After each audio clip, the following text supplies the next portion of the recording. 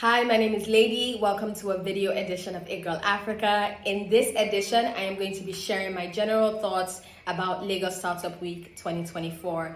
LSW ran from Monday, July 8th to Saturday, July 13th at the Federal Palace Hotel. Here's what I liked. Number one, spreading the event over 6 days was a really smart idea. The spread mitigated overcrowding, which is a real issue at tech conferences that are held in Lagos simply because of the way Lagos is set up, and noise spillage.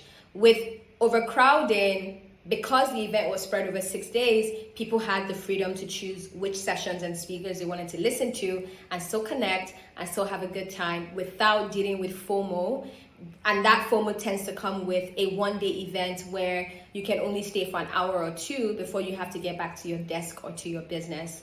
When noise spillage is concerned, I'm going to have to give props to the sound department. The microphones were loud, the speakers were loud. I could hear myself when I was moderating. I could hear my panelists. I wasn't distracted by what was going on at the exhibition area behind the partition. Everything just worked well, and I love that for them. Secondly, there was a great lineup of speakers and moderators. I'd like to highlight Dolapo Morgan. I really enjoy hearing her speak. She works at Ventures Platform. I'd like to highlight Isioma, organizer of Women Who Launch. She moderated a fireside chat with Somachi, who is also on my list, and the CEO of Toun Foundation. I thought these women spoke really well. I enjoyed listening on the session about hiring and retaining great talent. I couldn't stay till the end, but it was definitely insightful, and I enjoyed listening to Toun from People Practice. Thirdly, a lot of attendees sat through multiple sessions. I saw people genuinely connecting with the speakers, with the moderators. I thought that people had the right energy. Even on Thursday, when I had to moderate an event in the evening, the energy was still up. Granted, obviously it won't be as high as it is at 9 in the morning or noon, but people were still engaged, people were still interested, and I didn't leave Federal Palace until about 8:30, and people were still at the venue. It's always a good sign when people attend your event, yes, but conferences, tech mixers are third spaces for a lot of people who live in Lagos. So people go there to connect, reconnect, take photos, and that's fantastic. But you also want people to sit down and listen to the speakers that you worked really hard to get on board. So well done to Prime Startups, well done to Olumide, well done to every single person who worked hard to put this 6-day event together.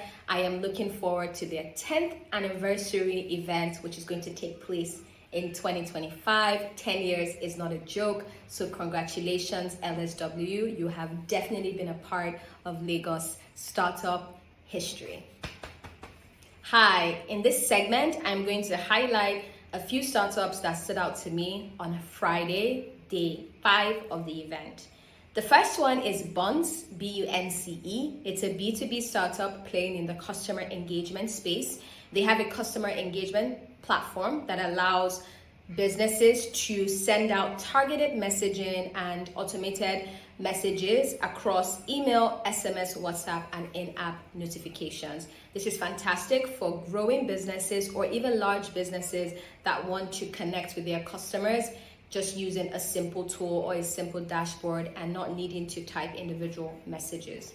The second startup is Bvndle, spelled B-V-N-D-L-E, B2C and B2B. So Bvndle runs a customer loyalty and rewards system. So as a customer, I download the app, I shop with their partners, and I earn rewards or loyalty points as I shop. With the businesses, Bvndle onboards them, and then they offer rewards to the customers or the users of Bvndle.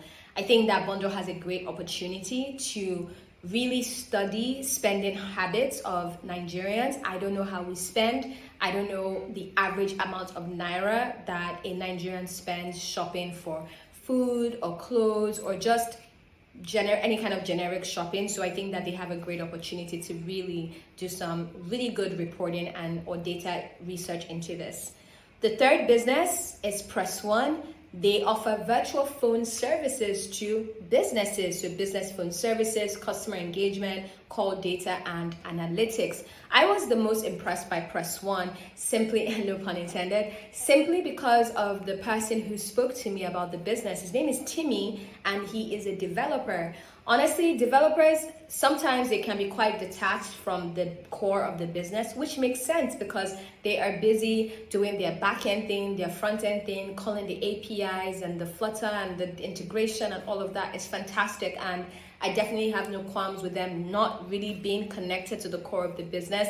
But I have to say, I love when someone outside of the product team or the operations team or the comms team, the sales team is able to sell the business. Now, I may not need PressOne services right now, but I know that if I have any founder friend who has a growing customer support base, right? So like a Kuda Bank, for example, that needs customer call people on deck when their customers call in with complaints, I would definitely recommend PressOne simply because I was impressed by the person that spoke to me. The fourth startup on my list is Tramango. Travel Mango, I like that. And it is for Africans by Africans. You can find flights, deals on flights and travel, as well as purchase travel insurance. And this is targeted at Nigerians at the moment. Now, they've only launched just flight bookings and insurance, but when I went on the website, I noticed that they have about 6 products coming soon. So I'm excited to see how they play in this space. I mean, a lot of us are familiar with Wakanow, Booking.com, but again, I wouldn't mind another travel website that is built by Africans for Africans. Number 5 is Afriex. I mean, Afriex has been operational since 2019 when they launched. They're a fintech company that enables money transfer to Asia and Africa. And they also allow now their users to apply to get a free USD, pounds or euros account. Obviously, you have to be eligible for that, but you can apply. And I love that. I like that they are growing. I like that they're still playing in the money transfer space as well. And finally on my list is anchor.co.